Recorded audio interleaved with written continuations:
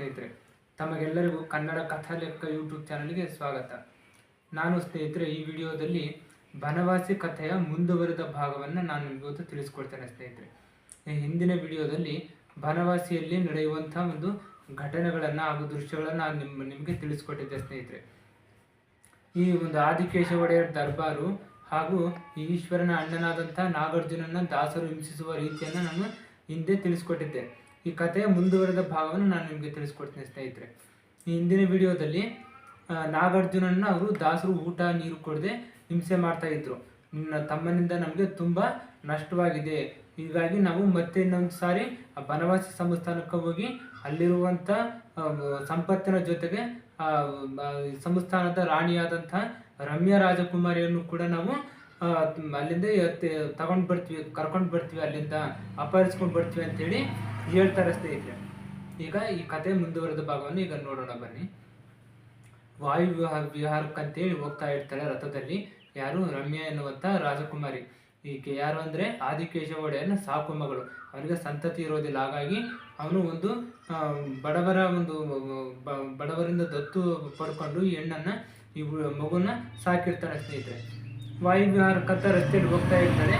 ಹೋಗ್ಬೇಕಾದ್ರೆ ಅವನು ಅಚಾನಕ್ಕಾಗಿ ಈಶ್ವರ ಸಿಗ್ತಾನೆ. ಈಶ್ವರ ರೋಡಲ್ಲಿ ರಸ್ತೆಯಲ್ಲಿ ಒಬ್ಬನೇ ಹೋಗ್ತಾ ಇರ್ತಾನೆ. ಅವನನ್ನು ಅವಳದು ದೃಷ್ಟಿ ಅವನ ಕಡೆ ಬಿದ್ದುಬಿಡುತ್ತೆ. ಬಿದ್ದು ನೋಡ್ತಾಳೆ. ನೋಡಿ, ನಮ್ಮ ಸಂಸ್ಥಾನದಲ್ಲಿ ಬಡವರು ಇಷ್ಟು ಚೆನ್ನಾಗಿದ್ದಾರೆ, ಇಷ್ಟು ಸುಂದರವಾಗಿದ್ದಾರೆ ಅಂತ ಅವನ ಕಡೆಗೆ ದೃಷ್ಟಿ ಹಾಯಿಸ್ತಾರೆ. ಅವನಿಗೂ ಕೂಡ ಇದ್ದಕ್ಕಿದ್ದಾಗ ಒಂದ್ಸಾರಿ ರಾಜಕುಮಾರಿಯ ಕಡೆ ದೃಷ್ಟಿ ಹಾಯಿಸ್ತಾನೆ. ನೋಡಿ, ಇಬ್ಬರು ಕೂಡ ಮೂಳ್ನಕ್ಕೂ ಅವ್ರು ಏನು ಮಾತಾಡಿದ್ದಾರೆ ಅಲ್ಲಿಂದ ಹೋಗ್ತಾರೆ ಸ್ನೇಹಿತರೆ. ಈಗ ಮುಂದಿನ ದೃಶ್ಯ ಸ್ನೇಹಿತರೆ. ಈ ಹಿಂದೆ ಆದಿಕೇಶವ ಒಡೆಯರ್ ಏನು ಮಾಡಿದ್ದ, ಒಂದು ಸಂಸ್ಥಾನವನ್ನು ನಾಶ ಮಾಡಿದ್ದ ಸ್ನೇಹಿತರೆ, ವಶಪಡಿಸಿಕೊಂಡಿದ್ದ. ಆ ಸಂಸ್ಥಾನದ ಅಂದರೆ ಭೂತನಗರ ಸಂಸ್ಥಾನವನ್ನು ಆಳ್ತಿದ್ದಂಥ ರಂಗಮ್ಮನ ಅಣ್ಣನ ಮಗ ಶ್ರೀಲಿಂಗ ಎನ್ನುವಂಥವನು ಇರ್ತಾನೆ. ಅವನು ಕೂಡ ಒಂದು ಚಿಕ್ಕ ಸಂಸ್ಥಾನದ ಒಡೆಯಾಗಿರ್ತಾನೆ ಸ್ನೇಹಿತರೆ, ರಾಜ ಆಗಿರ್ತಾನೆ. ಆ ಭೂತನಗರ ಸಂಸ್ಥಾನ ಆಳುತ್ತಿದ್ದಂಥ ರಂಗಮ್ಮನ ಅಣ್ಣನ ಮಗ ಶ್ರೀಲಿಂಗ ಎನ್ನುವಂಥವನು ಕೂಡ ಒಂದು ಚಿಕ್ಕ ಒಂದು ಸಂಸ್ಥಾನವನ್ನು ಆಳ್ವಿಕೆ ಮಾಡ್ತಾ ಇರ್ತಾನೆ. ಅವರ ಒಂದು ಸಂಸ್ಥಾನವನ್ನು ನಾಶ ಮಾಡಿ ಅವರ ಸಂಸ್ಥಾನವನ್ನು ವಶಪಡಿಸಿಕೊಂಡಿದ್ದಂತಹ ಆದಿಕೇಶವ ಒಡೆಯರು ಬನವಾಸಿ ಸಂಸ್ಥಾನಕ್ಕೆ ಬರ್ತಾನೆ. ಅವನು ಬನವಾಸಿ ಸಂಸ್ಥಾನಕ್ಕೆ ಬಂದ್ಬಿಟ್ಟು ಸುತ್ತಲೂ ನೋಡ್ಬಿಟ್ಟು ಒಂದು ರೀತಿ ಗರ್ಜಿಸ್ತಾನೆ. ಈ ನಮ್ಮ ಸಂಸ್ಥಾನವನ್ನು ನಾಶ ಮಾಡಿ ಈ ಬನವಾಸಿ ಸಂಸ್ಥಾನಕ್ಕೆ ನಮ್ಮ ಭೂತನಗರ ಸಂಸ್ಥಾನವನ್ನು ಸೇರ್ಪಡೆ ಮಾಡಿಕೊಂಡಂಥ ಆದಿಕೇಶವ ಒಡೆಯರು ಇನ್ನೂ ಬದುಕಿದಾನ. ಈ ಪ್ರಜೆಗಳೆಲ್ಲ ಒಳ್ಳೆ ಪ್ರಜೆಗಳು, ಈ ಸಂಸ್ಥಾನ ಒಳ್ಳೆ ಸಂಸ್ಥಾನ, ಆದರೆ ನಮ್ಮ ಸಂಸ್ಥಾನ ಏನಾಯಿತು ಅನ್ನೋದೇ ಇದುವರೆಗೂ ಯಾರಿಗೂ ಗೊತ್ತಿಲ್ಲ ಅಂತೇಳಿ ಜೋರ ಗರ್ಜಿಸ್ತಾನೆ. ಮತ್ತೆ ನಮ್ಮ ಭೂತನಗರ ಸಂಸ್ಥಾನವನ್ನು ನಾನು ಮತ್ತೆ ಮರುಸ್ಥಾಪಿಸ್ತೀನಿ, ಈ ಬನವಾಸಿ ಸಂಸ್ಥಾನದಿಂದ ನಮ್ಮ ಸಂಸ್ಥಾನವನ್ನು ಬೇರ್ಪಡಿಸಿ ಆದಿಕೇಶವ ಒಡೆಯರನ್ನು ಸಂಹಾರ ಮಾಡ್ತೀನಿ ಅಂತೇಳಿ ಜೋರ ಗರ್ಜಿಸಿ ಶಪಥ ಮಾಡ್ತಾನೆ ಸ್ನೇಹಿತರೆ. ಶಪಥ ಮಾಡಿ ಅಲ್ಲಿಂದ ಹೋಗ್ತಾನೆ ಶ್ರೀಲಿಂಗ ಎನ್ನುವಂಥವನು. ದಾಸರು ಬನವಾಸಿ ಸಂಸ್ಥಾನಕ್ಕೆ ನಾಗಾರ್ಜುನನೊಂದಿಗೆ ಬರ್ತಾರೆ ಸ್ನೇಹಿತರೆ. ಅಲ್ಲಿ ಬಂದ್ಬಿಟ್ಟು ಒಬ್ಬನಿಗೆ ಹೇಳ್ತಾರೆ, ಒಂದು ಆಳಿಗೆ, ನೋಡಪ್ಪ, ನಾವು ಈ ರೀತಿ ಒಂದು ನೃತ್ಯ ಪ್ರದರ್ಶನ ಮಾಡೋಕ್ಕೆ ಬಂದಿದ್ವಿ, ನೀನು ಊರು ತುಂಬ ಡಂಗೂರ ಸಾರ್ಬೇಕು, ಅದ್ರ ಜೊತೆಗೆ ಮಹಾರಾಜರು ಕೂಡ ಈ ವಿಷಯ ತಿಳಿಸ್ಬೇಕು ಅಂತ ಹೇಳ್ತಾರೆ ಸ್ನೇಹಿತರೆ. ಆಗ ಅವನು ಇಡೀ ಊರು ತುಂಬ ಡಂಗೂರ ಸಾರ್ತಾನೆ. ನೃತ್ಯ ಪ್ರದರ್ಶನ ಮಾಡ್ತಾರಂತೆ ನಮ್ಮ ಊರಿಗೆ ಹೊಸ್ದಾಗಿ ಬಂದಾರ ದಾಸರು, ಎಲ್ಲರೂ ಬರ್ಬೇಕಂತ ಹೇಳ್ತಾನೆ. ಒಂದು ಸಂಸ್ಥಾನ ಸ್ವಲ್ಪ ದೂರದಲ್ಲಿ ಒಂದು ಮರದ ಹತ್ರ ಅವರು ನೃತ್ಯ ಪ್ರದರ್ಶನ ಮಾಡ್ತಾರೆ. ಅಲ್ಲಿಗೆ ಆದಿಕೇಶವ ಒಡೆಯರ್ನ ಸಾಕು ಮಗಳಾದಂಥ ರಮ್ಯ ಬರ್ತಾಳೆ.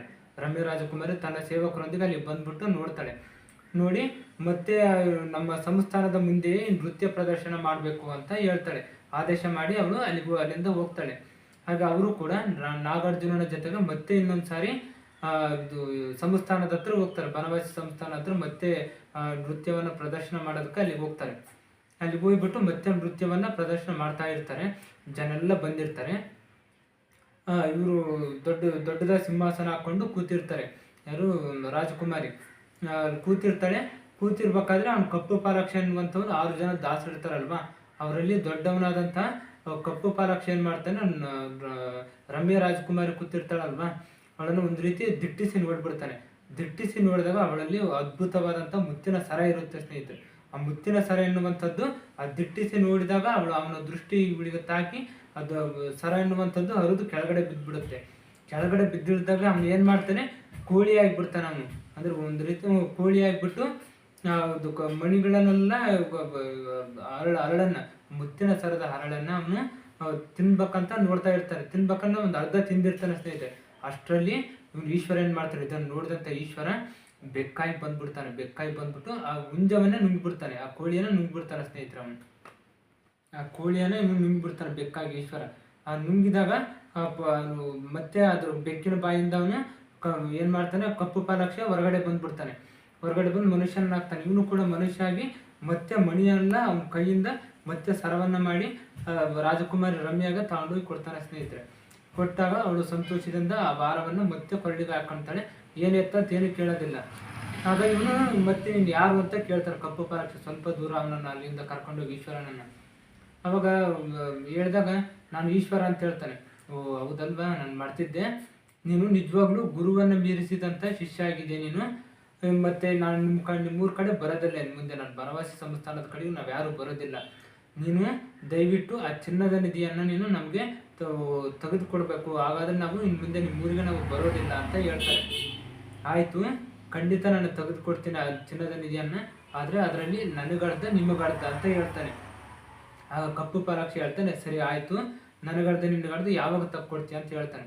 ಖಂಡಿತ ಇಷ್ಟರಲ್ಲೇ ನಾನು ಅತಿ ಶೀಘ್ರದಲ್ಲಿ ಆ ಚಿನ್ನದ ನಿಧಿಯನ್ನು ತೆಗೆದುಕೊಡ್ತೇನೆ ನಿನಗೆ. ಇನ್ನು ಮುಂದೆ ನೀವು ನಮ್ಮೂರ ಕಡೆ ಬರಬಾರ್ದು. ಈ ಬನವಾಸಿ ಸಂಸ್ಥಾನದಲ್ಲಿ ಯಾರೇ ಆಗಿರಲಿ ಹೊರಗಿನಿಂದ ಒಂದು ಇಡೀ ಮಣ್ಣನ್ನು ನಾನು ತೆಗೆದುಕೊಂಡು ಹೋಗೋಕೆ ಬಿಡೋದಿಲ್ಲ. ನೀವು ನನಗೆ ವಿದ್ಯೆಯನ್ನು ಕಲಿಸಿದಂಥ ಗುರುಗಳು, ಹಾಗಾಗಿ ನಿಮಗೆ ಒಂದು ಸ್ವಲ್ಪ ಚಿನ್ನವನ್ನು ನಾನು ನಿಮಗೆ ನೀಡ್ತೀನಿ ಅಂತ ಹೇಳ್ತಾನೆ ಈಶ್ವರ. ಸರಿ ಅಂತ ಅವರು ಕೂಡ ಒಪ್ಕೊಂತಾರೆ ಸ್ನೇಹಿತರೆ. ಇವನಿಗೆ ಆ ಚಿನ್ನದ ಇದು ಮುತ್ತಿನ ಸರ ಹೇಗೆ ಕಳಚಿ ಬೀಳೋದು ಇವನಿಗೆ ಗೊತ್ತಾಗುತ್ತೆ, ಹೇಗೆ ಅವರು ಸಂಚು ಮಾಡಿರೋದು ಗೊತ್ತಾಗುತ್ತೆ ಅಂತಂದರೆ, ಇವನು ಈಶ್ವರ ಮಲಗಿರ್ತಾನೆ ಸ್ನೇಹಿತರೆ. ಮಲಗಿದ್ದಾಗ ಇವನಿಗೊಂದು ವಿಚಿತ್ರವಾದಂಥ ಕನಸು ಬೀಳುತ್ತೆ.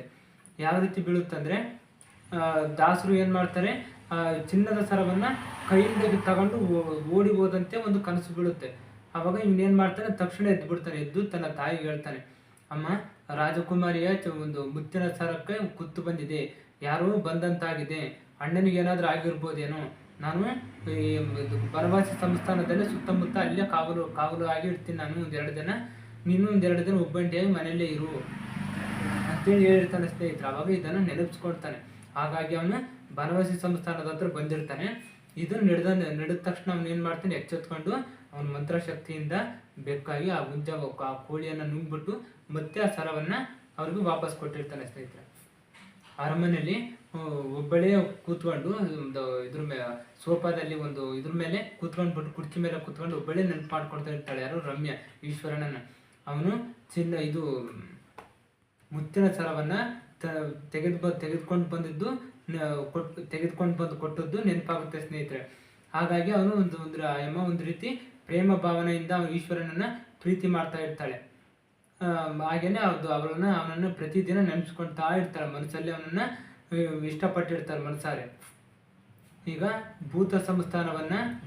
ಭೂತನಗರ ಸಂಸ್ಥಾನದ ಶ್ರೀಲಿಂಗ ಏನು ಮಾಡ್ತಾನೆ ಸ್ನೇಹಿತರೆ, ಬನವಾಸಿ ಸಂಸ್ಥಾನದ ಮೇಲೆ ಆಕ್ರಮಣ ಮಾಡೋದಕ್ಕೆ ಸೈನಿಕರೆಲ್ಲ ಸಿದ್ಧತೆ ಮಾಡ್ತಾ ಇರ್ತಾನೆ ಸ್ನೇಹಿತರೆ. ಇನ್ನು ಮುಂದಿನ ದೃಶ್ಯದಲ್ಲಿ ಆ ಊರಲ್ಲಿ ಬನವಾಸಿ ಸಂಸ್ಥಾನ ದೊಡ್ಡದಾಗಿ ಮಾರಮ್ಮನ ಜಾತ್ರೆ ನಡೀತಾ ಇರುತ್ತೆ. ಅಲ್ಲಿ ತುಂಬ ಜನರು ಬಂದಿರ್ತಾರೆ. ಹಾಗೇನೆ ಅದ್ದೂರಿಯಾಗಿ ಜಾತ್ರೆ ನಡೀತಾ ಇರುತ್ತೆ ಸ್ನೇಹಿತರೆ. ಬನವಾಸಿ ಸಂಸ್ಥಾನದಲ್ಲಿ ಒಂದು ದೊಡ್ಡ ಗುಡ್ಡ ಇರುತ್ತೆ ಸ್ನೇಹಿತರೆ. ಆ ಗುಡ್ಡದಲ್ಲಿ ಒಂದು ವ್ಯಾಘ್ರವಾದ ಒಂದು ಸಿಂಹ ವಾಸವಾಗಿರುತ್ತೆ ಸ್ನೇಹಿತರೆ. ಆ ಸಿಂಹ ಅಲ್ಲಿ ವಾಸವಾಗಿರುತ್ತೆ. ಅಲ್ಲಿ ಒಂದಿಬ್ಬರು ವಯಸ್ಸಾದಂಥ ವ್ಯಕ್ತಿಗಳು ನಡ್ಕೊಂಡು ಬರ್ತಾ ಇರ್ತಾರೆ. ಸೌದೆ ಹೊತ್ಕೊಂಡು ಬರ್ತಾ ಇರ್ಬೇಕಾದ್ರೆ ಅವರು ನಿಧಾನವಾಗಿ ಅದು ನಡ್ಕೊಂಡು ಬರ್ತಾ ಇರುತ್ತೆ. ಬಂದ್ಬಿಟ್ಟು ಏನು ಮಾಡುತ್ತೆ ಅಂತಂದರೆ, ಅದು ನರವಾಸನೆ ಅಂದರೆ ಮನುಷ್ಯರ ವಾಸನೆ, ಬೆವರಿನ ವಾಸನೆ ನಿಧಾನಕ್ಕೆ ಹಿಡ್ಕೊಂಡು ಬರ್ತಾ ಇರುತ್ತೆ. ಪಾಪ ಇವ್ರು ವಯಸ್ಸಾದ ವ್ಯಕ್ತಿಗಳಲ್ವ, ಜೋರ ನಡೆಯೋಕ್ಕಾಗಲ್ಲ, ನಿಧಾನಕ್ಕೆ ಬರ್ತಾ ಇರ್ತಾರೆ. ಅದು ಜೋರ ಬರ್ತಾ ಇದ್ದಕ್ಕಿದ್ದಾಗ ಅವ್ರ ಮೇಲೆ ಆಕ್ರಮಣ ಮಾಡುತ್ತೆ. ಆಕ್ರಮಣ ಮಾಡಿಬಿಟ್ಟು ಇಬ್ಬರು ವಯಸ್ಸಾದಂಥ ವ್ಯಕ್ತಿಗಳನ್ನು ಕೊಂದ್ಬಿಡುತ್ತೆ ಸ್ನೇಹಿತರೆ. ಈ ವಿಷಯ ಒಡೆಯರಿಗೆ ಗೊತ್ತಾಗುತ್ತೆ, ಆದಿಕೇಶ ಒಡೆಯರಿಗೆ ಗೊತ್ತಾಗುತ್ತೆ. ಆಮೇಲೆ ನಂತರ ಇನ್ನೊಂದು 2 ದಿನ ಬಿಟ್ಕೊಂಡು ಮತ್ತೆ ಒಂದು ಹಸುವಿನ ಮೇಲೆ ಆಕ್ರಮಣ ಮಾಡುತ್ತೆ. ಅದೇ ಗುಡ್ಡದ ಹತ್ರ ಹಸು ಮೇಯ್ತಾ ಇರುತ್ತೆ, ಅದ್ರ ಮೇಲೆ ಆಕ್ರಮಣ ಮಾಡುತ್ತೆ. ಈ ವಿಷಯ ತುಂಬ ಊರಿನ ಜನರೆಲ್ಲ ಹೋಗ್ಬಿಟ್ಟು ಆದಿಕೇಶ ಒಡೆಯರಿಗೆ ಹೇಳ್ತಾರೆ, ಈ ರೀತಿಯಾಗಿ ನಡೆದಿದೆ ಒಡೆಯರೇ, ತುಂಬ ಜನ ಬಹಳಷ್ಟು ಇದಾಗಿಬಿಟ್ಟಿದೆ, ಬಹಳಷ್ಟು ಜನರ ಜೀವವನ್ನು ತೆಗೆದಿದೆ. ಆಗ ಒಂದು ಹಸು ಜೀವವನ್ನು ತೆಗೆದಿದೆ ಒಡೆಯರೇ, ದಯವಿಟ್ಟು ಅದ್ರ ಮೇಲೆ ಏನಾದರೂ ನೀವು ಕ್ರಮ ತೆಗೆದುಕೊಳ್ಬೇಕು ಅಂತ ಹೇಳಿದಾಗ ಅವನು ಒಬ್ರಿಗೆ ಹೇಳ್ತಾನೆ, ಊರಲ್ಲಿ ಯಾರಾದರೂ